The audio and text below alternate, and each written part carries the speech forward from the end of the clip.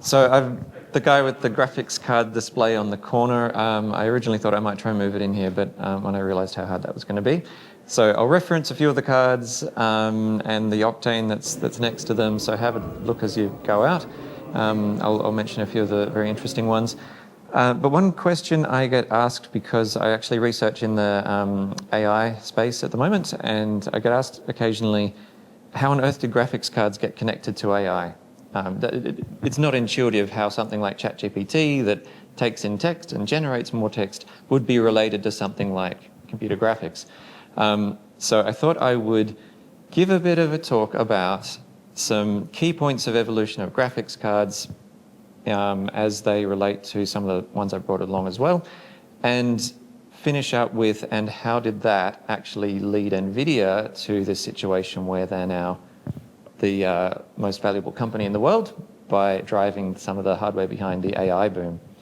So hopefully I can strike a balance between technical detail and the narrative that drives it to give you a sense of what's going on. The very first question that had to be settled around computer graphics was raster or vector. So this quote comes from the geospatial area, but it's one that I like. Raster is faster, but raster is vaster, and vector seems more correcter. A lot of stuff is done in vector. Essentially, the question boils down to, if you've got a bunch of points and shapes that you want to draw, at what stage do you translate that from the specification of points and shapes into dots that represent that? So raster is where you do that digitally on your computer before it gets turned into an analog signal and sent to your screen. Vector is where you send those things to the screen and you actually get the screen to render that shape, and it will sort of convert to dots as an analog process at the end. If you've ever used an old CRT oscilloscope, that is an early form of vector display. But they were very popular in arcade machines in the 80s. They gave some really crisp lines. If you think that a lot of these 80s machines were running 320 by 200 resolution on a larger screen, it was just really ugly. So moving to vector displays was a nice alternative. A little bit more expensive just because of the complex nature of arbitrary movement of photon guns in a CRT. But they had some serious limitations. It meant that you couldn't have texture detail, for instance. It meant you couldn't have filled in shapes. It was all wireframes, and it meant it always had to be a black background. So it suited some games. It was fun for a while, but it was very limiting. So late 80s, you really started to get raster graphics really taking over, and the video game crash of 83 was mentioned, just tended to take out a lot of those things that were a little bit niche and a little bit expensive, like vector graphics, and from then on it's really been all centered around raster. So very quick intro to how a raster graphics card works. The most important thing is this stuff here. It's a frame buffer. So it's a bit of memory that sits on the card, and it holds information about every single pixel that your screen is going to display. Kerry's just packed it up, but there was a very early Matrox graphics card sitting out on the bench there. Essentially, all it is a frame buffer, right? That's all it had. There was no acceleration, there was no compute logic. Every single pixel had to be expressly set by the CPU. You would do some calculation to work out what pixels you needed, and you would write this XY coordinate, turn it on, this XY coordinate, turn it off. And there's the next most important bit is this guy here. This is a random access memory digital to analog converter, better known as a RAM DAC. It's scanning through that frame buffer. If your analog screen's running at 50 hertz, drawing the screen 50 times a second, that thing is scanning through your frame buffer 50 times a second and generating the analog signal in order to tell it, what colors to produce at what point in that screen. Very different to frame rate. So this is scan rate, right? So you may be running something that's running very slowly. It may be generating, a couple of frames a second, but that thing has to run at the same speed as what your monitor does, that refresh rate. On the really old stuff, like that old Matrox from the late 70s that Kerry had, all there was enough RAM for was just to hold the pixels of the screen. And so you would actually see the pixels changing as they were being updated by the CPU. That quickly got pretty old, and so we came up with this idea of a double buffer where you would have two copies. So you'd have one that was currently being displayed and one you were working on. The next frame was being constructed, and once you were finished, you would flip it over and it would start displaying that frame, and you'd go back to the other part of the buffer and start work on that one. The limiting factor on a lot of this early stuff was the RAM. RAM was really expensive, especially fast RAM that this had to be to keep up with the refresh rate of your display. So we knew how to do pretty good graphics pretty early on. We just couldn't afford to, especially in consumer hardware. So a lot of these things like color depth and resolution, it was an engineering problem. We knew just how to do it. It's just that no one could afford many, many megabytes of memory to hold all that information. We then got on to sprites. Pat mentioned in his Amiga one, sprite graphics coming through in Amigas. Sprite is a fantastic way of making something look more advanced than it is, I suppose you could say. So rather than having just the frame buffer, you can have these other little groups of pixels, and you can turn them on and off and move them around very quickly. I think Pat also mentioned blitters. That's a bit block transfer mechanism, so just reading and writing pixels very, very quickly, not doing any calculations, just suck in this group of pixels and spit it out over here. So those were two technologies that came out. You know, the Atari 2600 had sprites, maximum of 5 on a screen at a time. Your Amigas, your Commodore 64s, these were all very sprite-oriented graphics. But if you were clever with your game design, you could do a lot of cool things with sprites and make something that was pretty fun. All sorts of things you couldn't do. You couldn't rotate, right? You couldn't deform. You couldn't sort of make them interact other than having a few. You could have transparent pixels, but other than that, it was very hard to get the sprites to interact in any meaningful way. But it powered a lot of games at the time. So how do you go beyond sprites and do some more advanced graphics? So if you've done high school linear algebra, you might remember some of these. This one is translation. You literally just add values to your x and y. This is your rotation. If you plug in some value theta of some angle that you want, and then multiply all your xy coordinates through that, it will rotate it arbitrarily. And the last one is scaling. That will just squash or amplify the size of the shape. So some really useful things. You'll notice that they're all just straightforward linear algebra. There's nothing very tricky about it. Importantly, it's a calculation you have to do over and over again, like for every single pixel, run this calculation, which is really where graphics starts to diverge from regular computing. The very, very first programmable graphics chip, the Texas Instruments TMS 3410, that came out in 1986. There is a card on the table that has one of those chips in it. Too expensive to really make an impact in the consumer market. It was essentially a quick CPU as well as a GPU, so it had some graphics things built into it, like a blitter to do quick movements of pixels. It could copy something like 25 million pixels a second. But it did actually get a lot of traction in arcade games. So a lot of these early 90s games used this chip as both the graphics engine and the CPU. That was that quick it could do the whole lot. So the card out there would have been very, very expensive, having this basically an entire separate computer dedicated just to graphics.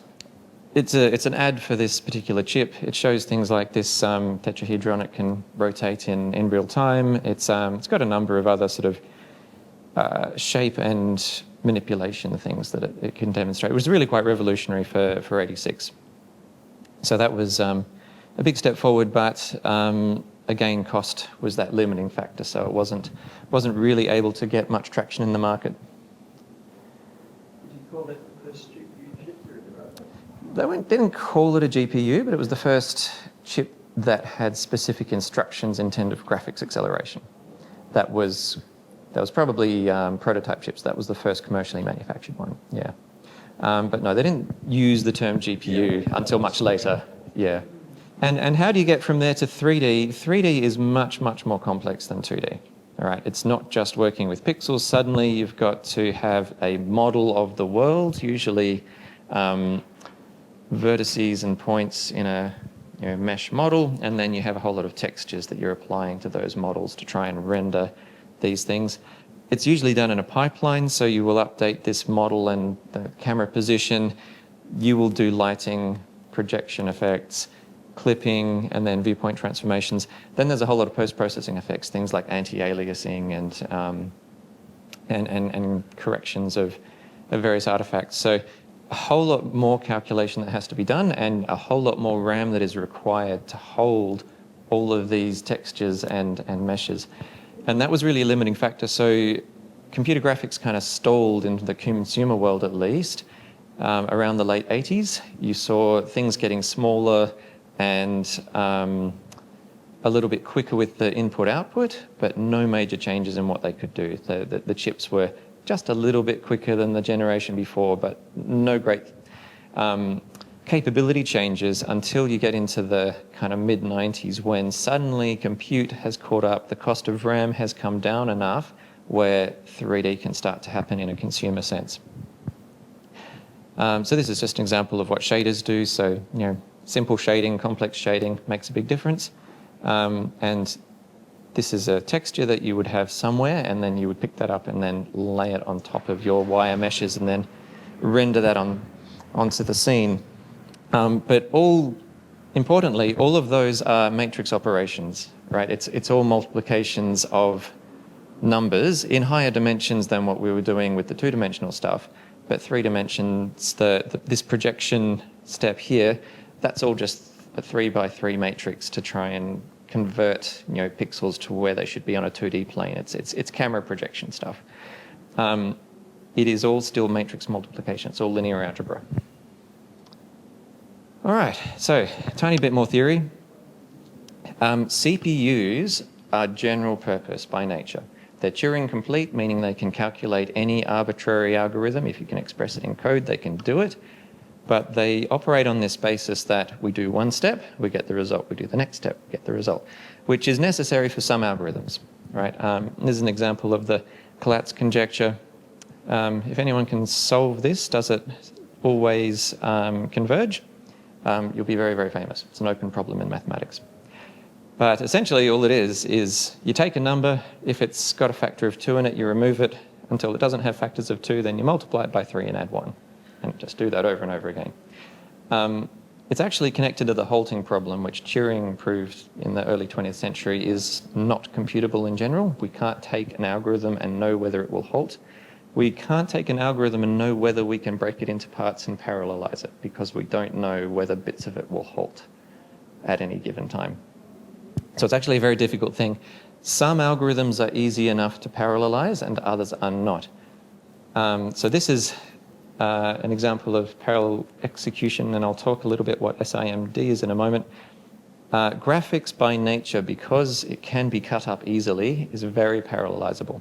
The term in the industry we use is embarrassingly parallel, right? Because it is such a simple thing to break up, compute independently and put back together. But not at all like a CPU, right? A CPU does not have the capacity to break things up like that. SIMD, single instruction, multiple data. This is a special type of parallel operation where not only are things happening concurrently, but it's a whole lot of data that needs exactly the same thing done to it. It was worked on theoretically for a while, but it didn't become mainstream until the Pentium era. If anyone remembers MMX, multimedia extension, that was a big deal in the sort of mid-90s. That was the very first consumer-facing SIMD implementation. So it was where the x86 computer, which usually had to read a bit of data, perform an operation, write the result back. You could now say, I want to do this operation to this whole string of data. Don't bother looking for more instructions, just go. Just bang, bang, bang, bang, bang, run through the whole lot. That was great for decompressing video and audio and things like that. It meant it was much quicker with multimedia stuff. But that's exactly what has to happen for graphics as well. So that's something that graphics chips, when they started getting into the high throughput they're very much this SIMD structure where, I want to translate everything, I want to move it all around, and so you're just doing these matrix multiplications. You can do them very quickly in parallel. All right, so that's where GPU and CPU compute start to diverge. The focus on general purpose compute versus the focus on parallelizing and doing the same operation as quickly as you can on a whole lot of things at the same time. So getting into some actual players in the game, ATI has been around for ages, started in the mid-'80s in Canada. Commodore was their first big customer. They probably would have gone bust if Commodore hadn't bought a bunch of ATI chips at the time. And this guy here, the graphics solution, there is one of those out on the table. So ATI's very first card. So you can see it's a 8-bit ISA card, so it would have been for the original PC and PC clones. So they came out in 81, was the first IBM PC. People started cloning them. And the original PC had an option of a color graphics adapter or a monochrome. Monochrome was really marketed at businesses. Color was marketed for home use. This one supported Hercules, which was a better standard, gave you more colors, higher resolution. That sort of got ATI on the board, and ATI sort of kept pace with sort of the higher end of the consumer graphics market for quite a while after that. Silicon graphics. Okay. All right, I won't try that link. So you can look it up on YouTube. There's an ad for the Octane, which is the silicon graphics machine out on the table in the hall. Came out in 1997. But I'm mentioning SGI at this point. They'd been around since the early 80s. They hadn't been doing consumer stuff. They'd been big end of town. So where money was not an issue, you could do a lot better because, as I said, the large constraint around consumer stuff was just the cost of the RAM and the stuff you needed to do the graphics. So if cost was not such an issue, you could do a lot better. So SGI made their money by staying quite a bit ahead of consumer graphics, and if you were a business willing to pay for it, there's a couple of interviews with people like Steve Jobs, who was at Pixar at the time. They were using these almost exclusively. So Toy Story 2 was made on an Octane, or a whole lot of Octanes. The Matrix, that sort of stuff where high-end graphics was important. Octane is generally considered the last relevant silicon graphics machine. After that, there was the Tesro released in about 2002 or 3. But by then, Nvidia and the other consumer graphics cards had caught up, and they did not have an edge anymore. No one was willing to pay 10 times what the market was asking for consumer hardware for something that basically was the same. So yeah, by 2009, SGI was gone and wrapped up, but well before that, they stopped being a major player. The Octane probably retailed for the equivalent of about $100,000. So no expense spared. It was all custom except for the SCSI hard drive, the Ultra SCSI. Custom RAM, so made just for this to be as fast as possible. No other RAM is compatible. Custom graphics cards, custom motherboard, custom bus. The model out there has a dual MIPS CPUs in it, running 300 megahertz. The top spec ones came with 8 gigs of RAM in 97, right? You can still buy laptops with 8 gigs of RAM now. It was way, way ahead of its time. What's left from SGI? They gave us OpenGL, so that was one of their graphics standards that they developed. And InfiniBand was a sort of server-to-server high bandwidth connection that they developed as well. That's still around in the server industry. But other than that, SGI is just a thing of the past that enthusiasts care about. All right, 3DFX comes after SGI because the people that started it were ex-SGI. So SGI was out there targeting the big end of town, and people were starting to get a sense in the early 90s that maybe consumers are ready for graphics, maybe the technology's caught up to a point where we can do this. So 3DFX, 1994 California, we had 3 people leave SGI and start 3DFX and try and bring their chip designs into a cheaper consumer package. They managed to get a card out. This is a Diamond Voodoo 1. There's an example out on the table there. A real game changer in consumer graphics. This was a massive, massive shift in what a PC could do. All it did was 3D though, so you can see you've got two ports here. One is video in, so you still needed a regular video card that you would boot off and run your operating system on. And then you would feed that out into this card, and then you'd plug your monitor into the other port of this card. And when it detected you were doing a 3D thing, it would do the 3D part. If you're doing in a window, it would overlay it.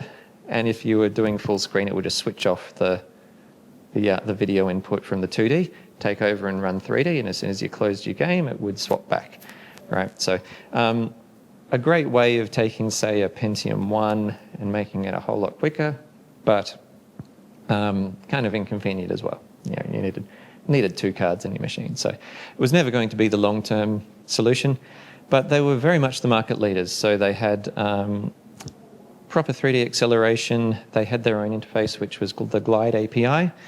And they did really well initially, but they weren't the only ones, right? Everyone else kind of saw the graphics writing on the wall. So there's something like 70 startups that appear in Silicon Valley alone in these couple of years, 94, 95, 96, all doing graphics for consumer PCs, right? So pretty tough competition. Most never got onto the market at all. They fizzled out pretty quickly. 3DFX did all right and was very much in the lead for a couple of years, but by 2000 they're bankrupt.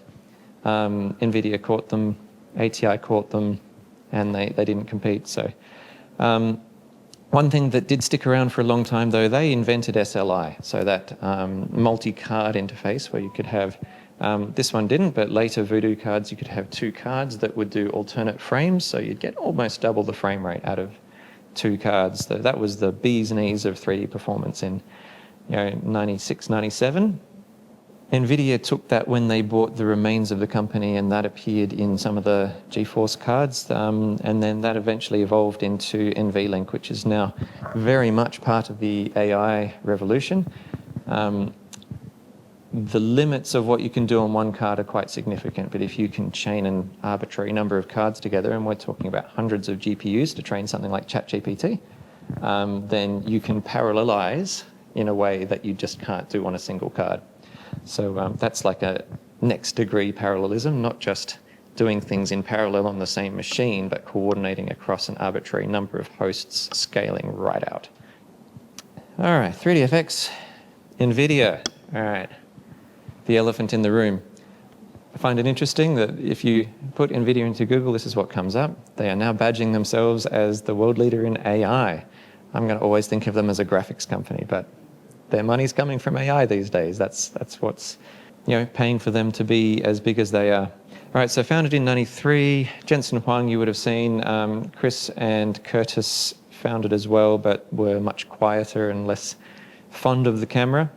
But these guys all came from previous companies as well and took a lot of that big end of town knowledge. So Sun Microsystems and IBM had all been working on sort of graphics chips as well.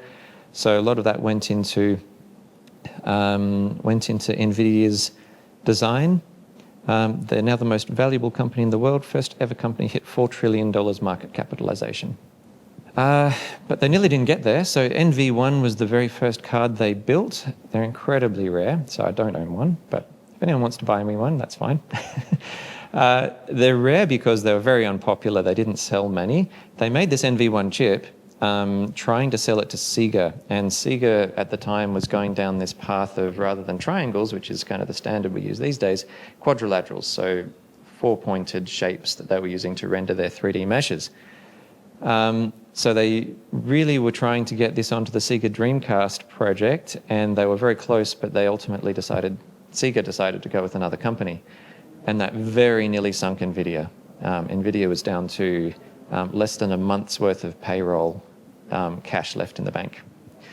The president of Sega did like Nvidia, though. He was kind of impressed, so he said, we'll invest a little bit. So he threw $5 million into Nvidia, and that kept them afloat for a few more months.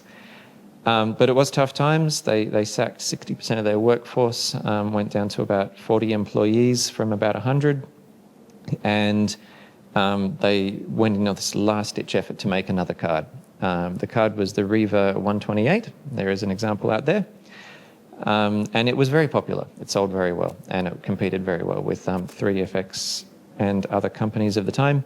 And that put them back on the map, that got them solvent, and they started to produce a profit from there. I won't go through all of the Nvidia generations, but from the TNT onwards, up until the first ray tracing card, there is one of every generation out on the table, so have a look. There's some notes about what gets introduced each time. A lot of it is improving graphics quality. Some of it's improving graphics performance. So it's things like introducing anti-aliasing in hardware acceleration, textures, all kinds of things. If you're interested in what texture acceleration looks like, have a go of the Octane. It was about the first to have proper texture acceleration on a graphics card. So that was the SGI from '97. There is a demo where you can poke an image and it will ripple and stretch and morph. That was years away from being available on any of the Nvidia cards, which came along a few years later. The GeForce 8 series was kind of unremarkable at the time in that it was an increment on the 7 series. It was a bit quicker, but one of the architectural changes they made was to take, we talked about pipelines before, so they originally had separate pipelines for pixels and for textures and for shading and lighting. And they came up with this idea of, why don't we make a generic kind of linear algebra engine that can do all these different kinds of shading and pipeline effects, and we'll just make it a generalized thing. And they called it the Compute Unified Device Architecture. And the reason was just to simplify things and make it a little bit more flexible in terms of the graphics they were doing. It turned out to be very fortuitous that they'd done that. CUDA is now the foundational platform on which most AI runs. It's been hugely disruptive to the machine learning industry.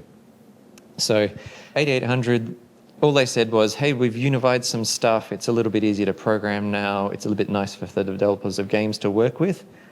A few generations later, like by the sort of 2080, you're starting to see enough RAM on graphics cards to drive some really serious machine learning workloads. And by the sort of 600 series, they're actually starting to market their graphics cards as machine learning capable as well. And that's kind of where you're starting to get plans for doing Teslas and data center GPUs and things like that coming out. But this one has been signed by Jensen Huang, the first CUDA GPU. That would have been signed much, much later because no one really cared about CUDA that much when it happened. It's only in hindsight that everyone's gone, oh yeah, that was a pretty clever thing that they did right there. So a lot of preamble. How does it relate to AI? So I mentioned that most of the graphics operations boil down to matrix operations. They're highly parallel, and they're something that you can do a whole lot of at the same time by just cutting it up and pushing it through. So CUDA cores that you'll hear a lot about in graphics cards, they're much simpler than a CPU core, right? They can't do fancy logarithmic calculus stuff. They can do multiplication and addition and a couple of other transformations, but they're not general purpose, right? You try and get a program like, I don't know, Microsoft Word, you can't run it on a GPU, right? It's just not general purpose enough to do interrupts and interactive stuff with a human. But what they are good at is, here's a bunch of data, here's an operation, break it up over 1,000 CUDA cores and just do it real quick. So if you can take a problem in something like AI and express it as a matrix, then all those things apply as well. You can break it up into small bits, you can stick it on a GPU, and you can parallelize it, and it will be fast. It's all just happening independently, and then you might have a layer right at the end that is wrapping things back together and producing what seems like a coherent output, but everything was happening in parallel before it. So how do you express something like text? Or, well, actually, so this is the earlier sort of machine learning that got onto graphics, was computer vision. So, how do you detect numbers automatically, etc.? These used a technique called convolutions, which is actually matrices, and each matrix would be looking for a little pattern, maybe a curve or a line or an edge, and you'd have hundreds of them, and they just scan through the image looking for each of these features. Again, it's all just matrix multiplication. So convolutions worked super well on graphics cards because the operation is so similar to graphics operations, and it's in fact very similar to 2D operations. So that worked really, really well, and this was the first kind of major breakthrough in the computer vision space, was to get some of these things recognized. By the time we hit AlexNet, which is early 2010s, we're hitting human level recognition performance in computer vision. So it worked very, very well, and natural language was miles behind, right? It was just a much, much harder problem, and one of the challenges that happened with natural language, it was just harder to find a way to express it as a matrix. The early natural language models would take in one word at a time, and they would be these very, very dense networks that you could express them as a matrix on a single card, but you couldn't break them over multiple cards because there was so much information from each step that had to go into the next step. So you couldn't break it over 2 GPUs. You couldn't break it over 2 computers. You had to have it all just running on one thing. So that really, really lagged behind. There was a couple of breakthroughs. The first was this idea of embedding. So this paper called Word to Vec from about 10 years ago. This was a really seminal breakthrough paper in how can you take natural language and express it as numbers in a meaningful way. And what it did is it learnt what's called a latent space, or an embedding space, which is really just a whole lot of numbers. This initial paper did it in a space of 50 dimensions, and they trained a model to pick up words and find a meaningful spot in this space that related to all the other words around it. And those relationships had meaning. So the vector, if you got the point of king and worked out what the vector from king to queen was, it's the same vector that related man and woman, the same vector that related waiter and waitress, right? There was a direction and a distance in this space that corresponded to gender translation. Same thing for verb tense. They found a bunch of verbs of different tenses and compared the distance and direction of the verb pairs in their space, and found that there was this very, very strong correlation that they could predict where a word would be based on just applying these vector operations. And country capital relations, all sorts of things. There was heaps and heaps of different relationships that started to emerge in this embedded space. This was huge. This was a great way of taking natural language, putting it into a space that actually could be represented as a matrix, and now suddenly we can work with it. Now we know how to parallelize. Now we know how to do matrix operations to deal with words in this space in a meaningful way. I won't go into this one in great detail, but as these models have gotten bigger and bigger, that idea has just basically scaled up. So one of the things that a lot of these large language models do is they can vectorize big blocks of text, and then they can store it in a vector database, and then they can just retrieve it and then use it. So the idea of an embedding space can generalize way beyond just words. You can grab a whole lot of text and just put it in a space, usually very high dimensions. We're talking thousands now for if you want to represent a block of text in dimensional space. But you can find a spot in that space where it lives nearby other bits of text that relate to it. Super powerful technique. And I promised I'd get to language models. So I said the early natural language stuff that we were trying to do with AI, it was really bound by these dense networks that did not work very well across multiple GPUs, did not work well across multiple anythings. The transformer model came out, and there was 2 massive innovations, right? So it was using the embedding space. So tokens are literally just a number. So ChatGPT uses a dictionary of about 50,000 tokens, just says this word has this token. It's just a serial number. So that just numbers the words 1 to 50,000.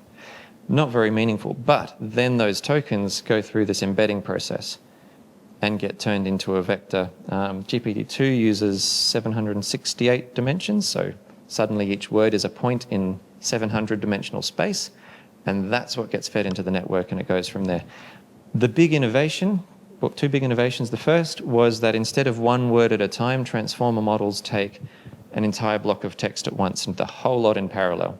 So GPT-2 will take 300 tokens. I don't know what GPT-4 takes because they don't publish the great details of it. But the entire block of tokens, and then they just multiply through the whole transformer model.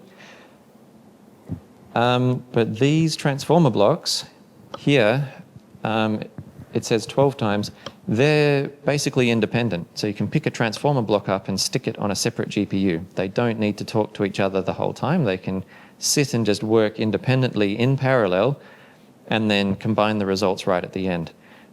That meant that instead of a language model being stuck on a single GPU, you could scale out to 8 GPUs on the same PC if you wanted to, or you can use a high-speed interlink like Nvidia NVLink that they bought off 3DFX to scale out to multiple machines. So now suddenly you've got hundreds of GPUs all working on the same problem, and language is so complex that we just need so much data and so much compute to actually make sense of it. But suddenly we've hit that point where it's scaled up to the level where the patterns do pop out, and suddenly these models can understand language.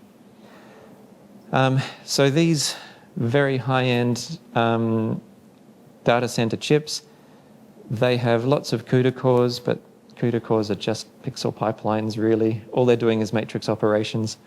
They've got lots of RAM. They're really just the same as these older GPUs. They're just so much bigger and faster. But all really because they just said, let's just make it a little bit more flexible. Let's just allow arbitrary matrix multiplications and programmable pipelines. And suddenly, with the invention of the transformer model, Bob's your uncle, you've got language models. All right, I think that's the end. All right, that was a lot. Questions? Do you feel that was the grand plan, or they just kind of fell into that? I'm absolutely certain it was accidental. Yeah, there's no way they could have seen back in the GeForce 8 generation that these would have any meaningful use outside of computer graphics. I mean, it was years afterwards when they were still sort of seeing machine learning as this tiny little niche thing that was kind of fun to have on the side, but Apply our technology in that field. Yeah, that's right. Yeah, it was a funny thing. AMD did a similar thing a year or two earlier. Not sure about that point.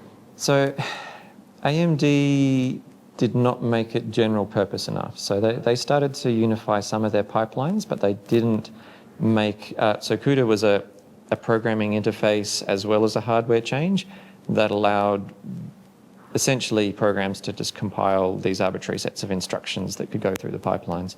AMD unified some stuff, but didn't quite get there in time. And like they were looking at CUDA for years going, it's a lot of work for little gain because there's so little money in machine learning, right? It was just academics.